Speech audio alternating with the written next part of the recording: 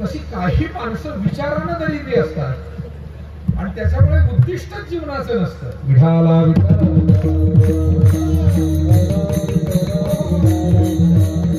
आपल्यासारखे जे स्त्रीपुरुष ज्यांनी जीवनाची काही उद्दिष्ट ठरवलेली आहे ते धन्य आहे. पण ज्यांना म्हातारपणापर्यंत उद्दिष्ट ठरवता येत नाही तर काय म्हणायचं?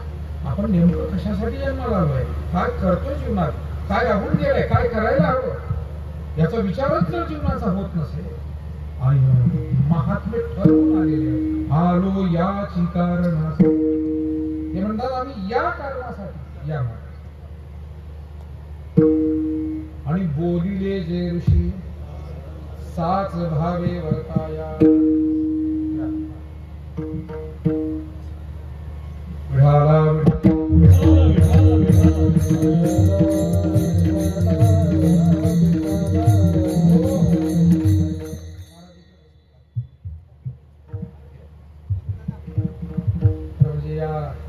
परंपरेच्या निर्वाहनाची फार मोठी जबाबदारी मार्गदर्शनाची महाराज सांभाळत आहेत.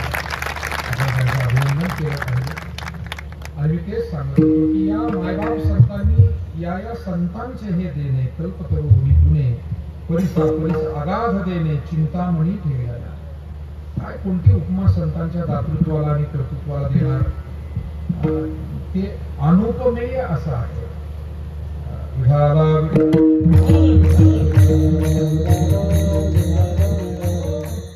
अनुपम्य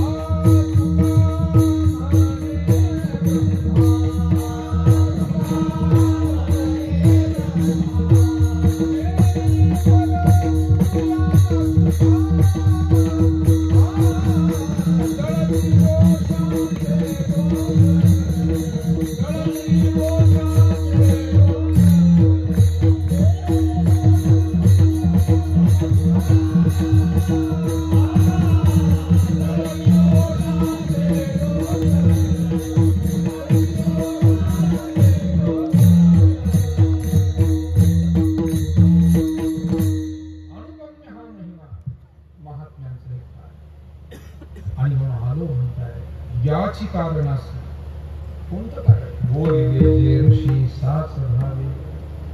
नवीन मार्ग सांगण्यासाठी आलो असं तुकोबाराय म्हणत नाही. जो ऋषी मुनी वेदादी ग्रंथांनी प्रतिपादन केलेला मार्ग. ज्ञानोबारायांनी सुद्धा वारकरी संप्रदायाची स्थापना केली म्हणजे काय केलं तर जो वेदोक्त चालत आलेला हा भागवत धर्म ही भक्ती परंपरा अध्यात्म परंपरा त्याला कालानुरूप योग्य अशा पद्धतीची त्याची बांधणी केली. तत्वज्ञानामध्ये कुठे हस्तक्षेप केला नाही. मूळ तत्वज्ञान सोबत घेऊन काळानुरूप त्याला सुलभ केलं, सर्वव्यापी केलं, सर्वांपर्यंत हा परमार्थ पोहोचेल अशा पद्धतीची व्यवस्था निर्माण केली.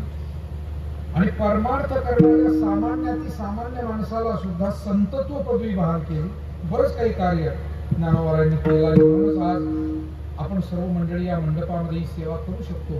कारण हा अधिकार आपल्याला प्राप्त करून देण्यासाठी, जसे काही कायदे करण्यासाठी काही आंदोलनं झालेली असतात आणि मग त्यातून काही कायदे झालेले असतात, तसं ज्ञानोबारायांनी केलेलं त्या वेळेच्या सगळ्या कर्मकांडाच्या व्यवस्थेविरुद्ध आंदोलन आणि त्यातून अधिकाधिक समुदायाला प्राप्त झालेला आध्यात्मिक अधिकार या धर्माला बळकटी देणारा ठरला, या धर्माची व्याप्ती वाढवणारा ठरला. म्हणून मला वाटतं व्यापक विचाराने जेवढं धर्मकार्य होऊ शकतं तेवढं संकुचित विचाराने होऊ शकत नाही. विठाला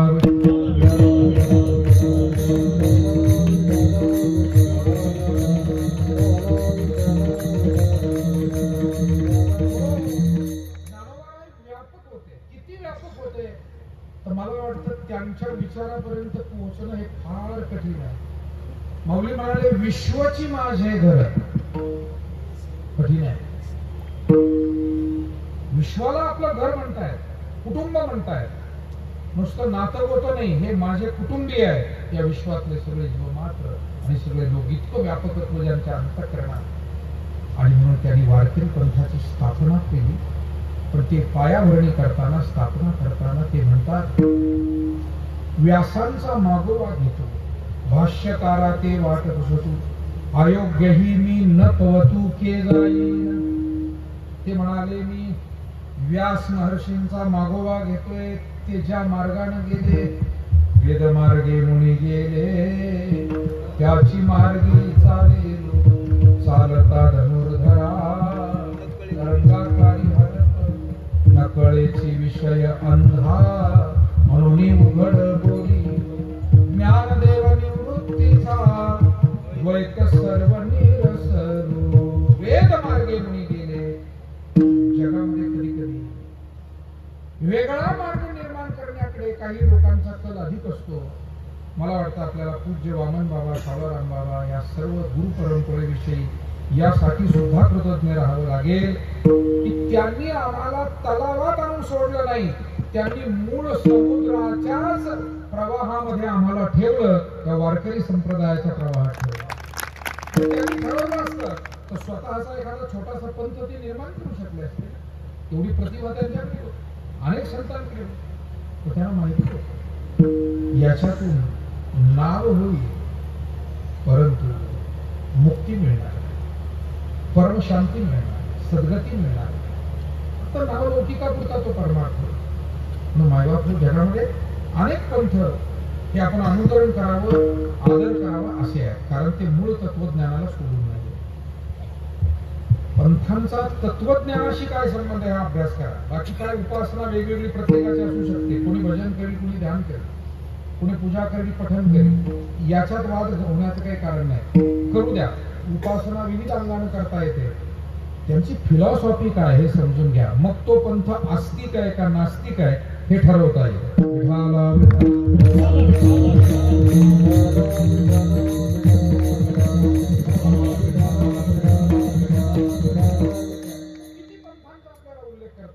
जे आमच्या सोबत आहेत, आस्तिक आहेत, कारण जे गीतेला प्रमाण मानतात, उपनिषदांना प्रमाण मानतात, ते रामायण महाभारताला नाकारत नाही, त्याचा स्वीकार करतात. याच आपल्या मुंबई प्रांतातून स्वाध्याय परिवाराचे प्रणेते, ज्यांनी एक अत्यंत चांगला विचार महाराष्ट्रभर, भारतभर, जगभर पोहोचवण्याचं काम केलं, पूज्य पांडुरंग शास्त्री.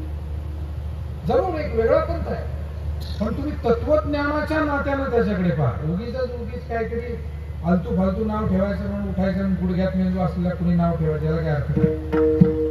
नाव ठेवायचं तर अभ्यास करून ठेवा.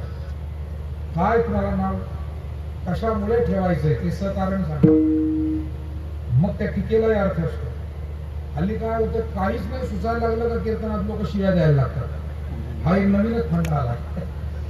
त्याला शिव्या दे, त्याला शिव्या दे, याच्यावर आग पाखड कर, त्याच्यावर आग पाखड कर. श्रोते समजून घेतात, बाबा विसरलेले दिसत आहेत, माफ करा म्हणतात, बाबा माफ करा.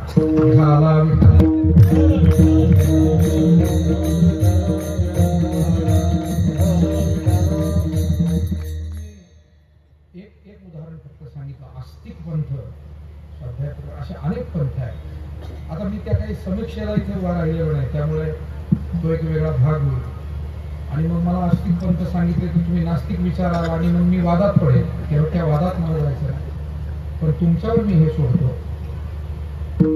आपण आपली फसवणूक होऊ नये म्हणून त्या पंथाची फिलॉसॉफी काय, त्यांचं देवतत्व ते कसं मानतात, कशाला देव म्हणतात, ग्रंथ कोणते मानतात, विचारधारा कोणती मानतात, उपासना नेमकी कशी आहे, आणि याच्यावरून ते ठरवता येतं.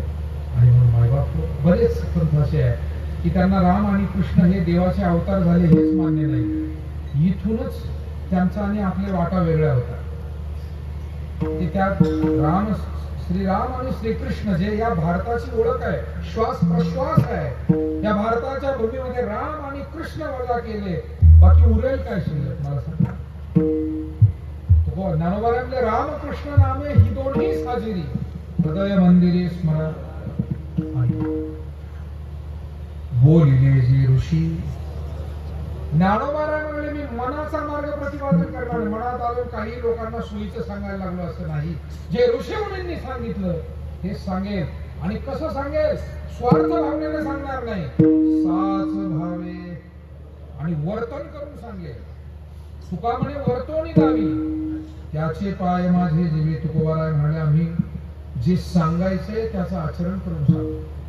आम्हाला जर जगाला ग्रंथ वाचा म्हणायचे तर आम्ही वाचले पाहिजे, सेवा करा म्हणायचे तर आमच्या जीवनात काही सेवा घडली पाहिजे, पुण्य करा म्हणायचे तर आमच्या जीवनात काही पुण्य घडलं पाहिजे. नाथ बाबांकडे एक भोळी भाबडी बाई आली, तिच्या लेकराला, बाबा हे लेकरू फार गोड मागतं खायला, गुळ फार खात, याला सांगा ना गुळ खाऊ नका.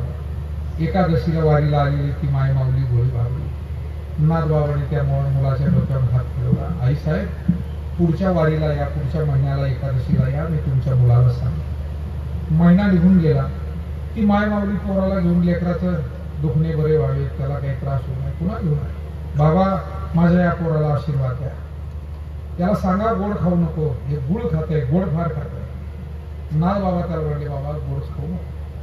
आणि मग त्याला 10-5 मिनिट युक्ती प्रयुक्तीनं समजून सांगितलं. करोनी सायास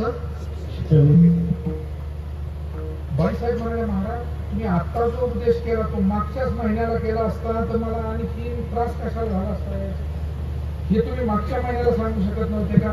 नाथ बाबा म्हणाले आई साहेब मागच्या महिन्याला मी सांगू शकत होतो, परंतु त्या सांगण्याचा नैतिक अधिकार माझ्याकडे नव्हता, कारण मी स्वतः दिवसातून 3 वेळा जर गुळ खातोय, या पोराला कसं काय म्हणतो? त्याला सांगायचंय, उपदेश करायचा आहे, म्हणून मी महिनाभर स्वतः गोड खाणं बंद केलं आणि मग त्या नैतिकतेतून त्याला मी सांगितलं.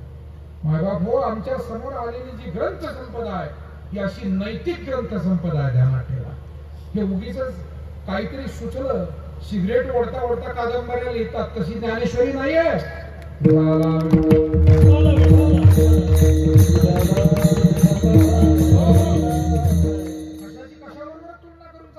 ज्ञानेश्वरीची कादंबरीची तुलना होईल काय? कवितेची अभंगाची तुलना होईल काय? खुर्चीवर पाय टंगड्या पसरून बाहेर पाऊस पडतो, सिगरेटचा धूर फेकतो, कधी कधी ग्लास असतो पाण्याचा, हो पाण्याचा असतो, आणि मग म्हणायचं की ही कविता नाही, कविता वेगळी, अभंग वेगळा. मायबाप हो, जीवनामध्ये खूप सोसून, खूप पचवून, खूप काही आचरण करून संतांनी आम्हाला हे तत्वज्ञान दिलं. आणि म्हणून श्रुती स्मृतीचे अर्थ आपण होवोनी मूर्त अनुष्ठाने जगादेत वडील जे हे